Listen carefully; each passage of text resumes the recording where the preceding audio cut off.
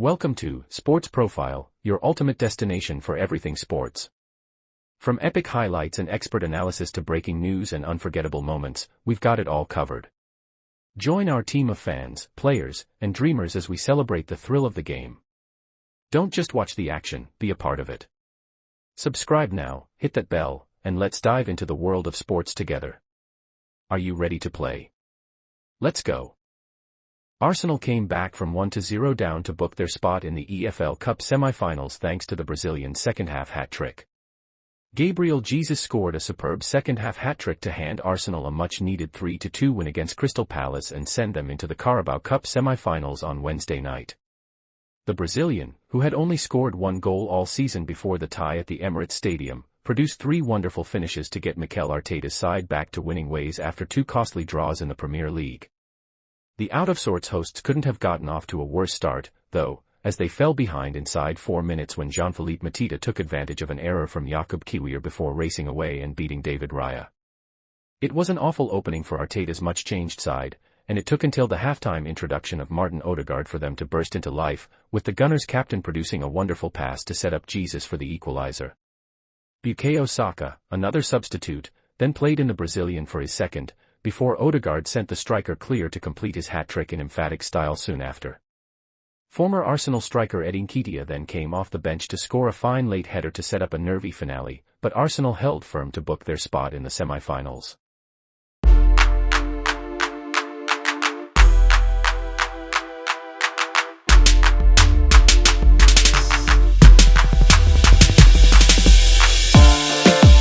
The Ukrainian risks a 4-year ban after testing positive for a banned substance, and his future at Stamford Bridge now hangs in the balance. After a mightily underwhelming 2 years, Mykhailo Mudryk's Chelsea career may well be over before it has ever really begun in earnest. The Ukraine international has been suspended with immediate effect, having tested positive for a banned substance, and it could be some time before he plays again. It is difficult to overstate the significance of this seismic setback for a player who has toiled since he arrived on English shores in January 2023, but there is no doubt that this is the nadir of his time at Stamford Bridge and a low from which he may struggle to recover. A provisional suspension which could turn into, at worst, a 4-year ban. This is almost certainly the beginning of the end of Mudryk's time at Chelsea. Article continues below.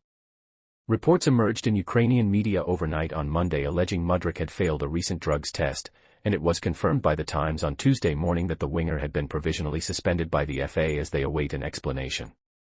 The 23-year-old provided a clear urine test in August, but a subsequent check, apparently after international duty with Ukraine in November, came back positive, and he now faces an anxious wait for the result of a B sample. The Times report claims he is citing contamination, and it's worth noting that his lawyers have insisted that he has not yet been charged with any doping offense.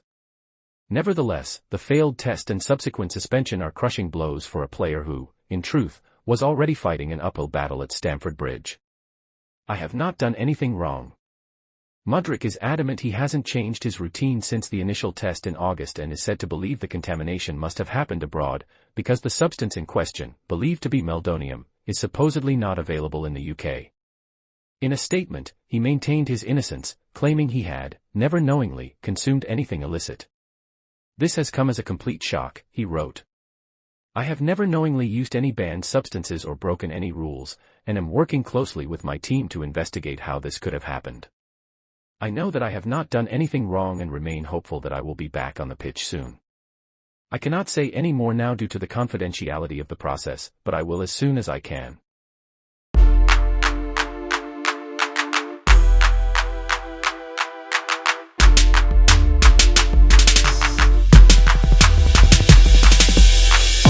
Manchester City star Kevin De Bruyne is increasingly likely to make his Etihad Stadium departure at the end of the campaign after showing a willingness to embark on a fresh challenge, GimSport sources have revealed. Although the Sky Blues managed to convince boss Pep Guardiola to pen a 2-year contract extension last month, allowing the tactician to remain in charge for a decade, the reigning Premier League champions are at serious risk of seeing the Belgium international move on to pastures new instead of following suit. Siki Begiristain will lead further negotiations over fresh terms ahead of stepping down as Manchester City's director of football at the end of the season, when he will be replaced by Hugo Viana, but tempting De Bruyne into signing on the dotted line could prove difficult as he has continued assessing his options. De Bruyne holds an interest in a move to the MLS, and his representatives have previously held talks over a potential move to San Diego FC, with his camp having been made aware of their plans and ambitions ahead of their inaugural MLS campaign. According to GMS sources, there is a growing expectation that he has entered his final months in a Manchester City shirt. The creative midfielder's £400,000 per week deal is due to expire in June, meaning the Sky Blues are in danger of seeing him depart as a free agent at the end of the season, and he will also have the opportunity to sign a pre-contract agreement with an overseas side as soon as next month. GMS sources based in California have been informed that San Diego FC have an interest in landing De Bruyne in 2025, in a move which would see him head to the MLS for the first time in his career amid Manchester City's inability to tie him down to fresh terms.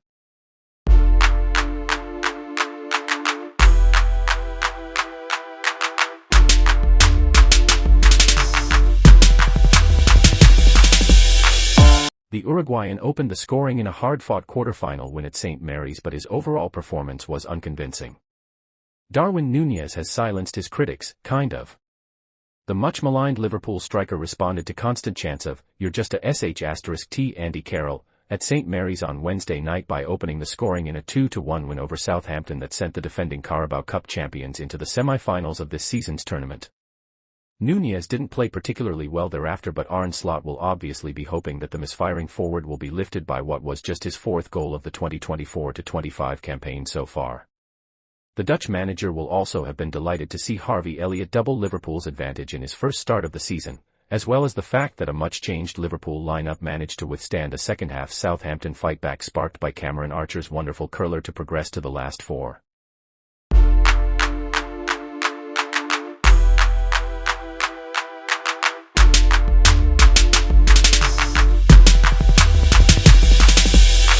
The England forward has revealed his desire to leave Manchester United, but could find himself short of viable suitors for various reasons.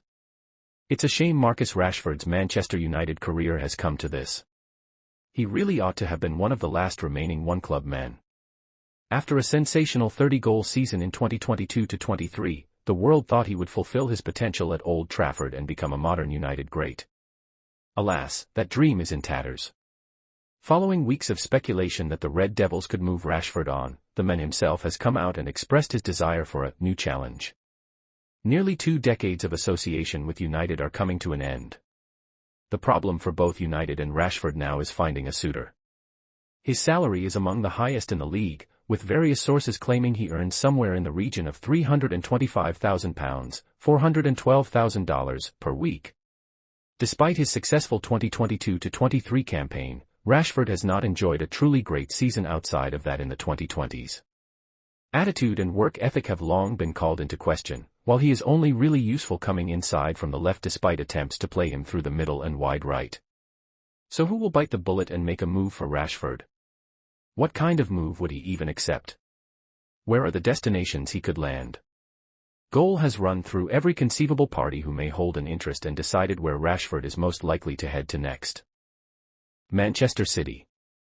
Now, in terms of needing a proven scorer and having the requisite cash needed to complete a deal, Manchester City should theoretically be among the top teams in with a chance of landing Rashford. There is one rather major problem, however, his continued loyalty to United even after he leaves.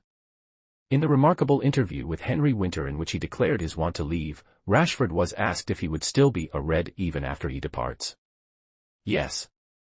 100%, 100%, was his rapid reply. Pep Guardiola is said to be a huge admirer of Rashford too, but any talk of a cross-down switch seems fantastical. United should not even pick up the phone if City call, and Rashford should not consider burning all bridges with his boyhood club. Real Madrid. From a financial and superstar standpoint, Real Madrid and Rashford sound like a natural match. As with City though, there's simply way too much turmoil on either side that would prevent this from happening anytime soon. Los Blancos are already struggling to fit 3 of world football's best attacking players, Kylian Mbappe, Vinicius Jr., and Jude Bellingham, into the same lineup without destroying their Champions League winning chemistry, with 2 of those stars fighting for Rashford's desired space in the left-hand channel. If Rashford was coming off one of his more stellar seasons, then maybe the Madrid press would talk themselves into thinking the club should enter the sweepstakes. This isn't the reality, mind. MLS. Fanciful. Very much so. Impossible. Not at all. Improbable. Yeah, obviously. Rashford's infamous excursions in the United States will add fuel to any fire about crossing the Atlantic and laying down roots in Major League Soccer. That may happen one day, but not in the next few years. Rashford was forthright that he only sees his career as half done and that his best is still to come. That won't happen outside of Europe. Newcastle. When Rashford was tipped to leave United in 2022, Newcastle seemed an intriguing landing spot. The Magpies had just been taken over by PIF and were happy to splash out in hope of improving both team and club profile. 2.5 years on, it would take some extreme squad rebuilding at St. James Park for him to come into focus again. Newcastle only narrowly kept themselves out of PSR trouble over the summer and have tied down Anthony Gordon, another player in Rashford's preferred position, to a new contract after previously floating the idea of selling him to Liverpool. Alexander Isak and Bruno Guimaraes could leave to contending clubs, which would open up the room needed to make an acceptable bid for Rashford. You'd imagine Newcastle would go after a different profile of attacker, however. Juventus. Juventus are long past their heyday as Italy's all-conquering force, one who were handpicked by Cristiano Ronaldo at the height of his greatness to continue his European odyssey with. The contemporary old lady operate on a far more modest budget. Thiago Motta is beginning to click an attack revolving around Dusan Vlahovic and Kenan Yildiz into gear, though if they could bring some extra firepower on board, that'd be most welcome. They were heavily linked with former United teammate Mason Greenwood over the summer, remember. Tottenham. Once more, this feels like a fit for a previous era. Mauricio Pochettino's Tottenham would absolutely have extracted the most out of a younger Rashford. Those ships have now sailed. Even though Ange Postecoglou does need a senior forward capable of succeeding Son Heung-min as the carrier of Spurs' attack, finances and Rashford's seeming lack of appetite to work as hard as possible for the team should stop this move in its tracks. Daniel Levy isn't forking out for a new highest earner when they wouldn't even be guaranteed to start. Barcelona. Catalan social media went into overdrive on Tuesday when Rashford left a fire emoji in the comments section of Lamine Yamal's latest Instagram post. In 2024, that is essentially like asking him if he wants to go and grab a bite to eat. Barcelona don't have a top-quality runner in their stacked attack and could even have a vacancy at left wing if they want to move Rafinha back into a central role, while Robert Lewandowski is hardly getting any younger. On paper, Rashford to Barca shouldn't be scoffed at, but the club's financial crisis is simply too prevalent to ignore. No amount of lever pulling could create the salary space needed to sign him. Saudi Arabia. The Saudi recruitment drive has dried up since their initial transfer market adventures of 2022 and 2023. Mohamed Salah and Kevin De Bruyne continue to be touted as the Pro League's next major targets, with their expiring contracts making for opportune timing. Stumping up a transfer fee in order to sign United poster boy Rashford would also be a statement of intent. Here is a player who believes his prime years are ahead of him, rather than someone at the twilight of their career. Whether the 27-year-old would be content on moving to the Middle East is another question. Chelsea. You only need to look at Jadon Sancho to realize that maybe the problem with United isn't the players, but the environment they're stuck in. The winger has returned to form of old since making the move down to Stamford Bridge, leaving behind his days of despair at Old Trafford. Chelsea aren't afraid to spend big and have the working example of getting a good deal for a United castaway. They also have a long list of attackers already struggling for game time and are prioritizing younger plays too, though. Bayern Munich. When Bayern signed Harry Kane from Tottenham in 2023, they were praised for not only signing a world-class striker, but snatching a superstar away from the Premier League. Senior figures at the Allianz Arena have claimed they don't want to make a habit of these kinds of deals, though they will turn to them if they feel necessary and justifiable. Rashford might fall into that bracket. The last remaining profile Bayern need in their attack is a rapid runner in behind. They already boast a complete striker in Kane, a tricky playmaker in Jamal Musiala and a dribbler in Michael Olise. The Bavarians could rationalize Rashford being the final piece of that puzzle. PSG. Before Rashford signed his latest contract with United, he is said to have held talks with PSG. The French giants' interest in the forward dates back several years and their man is now finally available. Is he their man anymore, however? Since the exits of Neymar and Lionel Messi, PSG have made concerted efforts on signing young, and where possible, homegrown, players to build a more organic squad. The glitz and glamour days are over. Could Rashford be an exception to that? Could PSG make one last swing at a player they've loved from afar? Don't rule it out just yet. Arsenal. There are so many obstacles standing between Rashford and signing for a team after United. Somehow, we've wound up in a universe where Arsenal are arguably the team most in with a chance of acquiring him. They tick all the boxes. The Gunners have the money to commit to a deal, the promise of a genuine, new challenge, and fresh start, as well as a fine recent history of improving the fortunes of distressed assets. Mikel Arteta has bought the dip on several players and Arsenal have, for the most part, become all the better for it. Little over a year ago, Bukayo Saka and Rashford were seen as England's starting wide forwards for the next few years, the exciting wingers of this new golden generation. Stick on a compilation of the latter's highlights and you can easily be swayed into believing in him again. Thank you for watching. Don't forget to like, comment, and subscribe for more football content.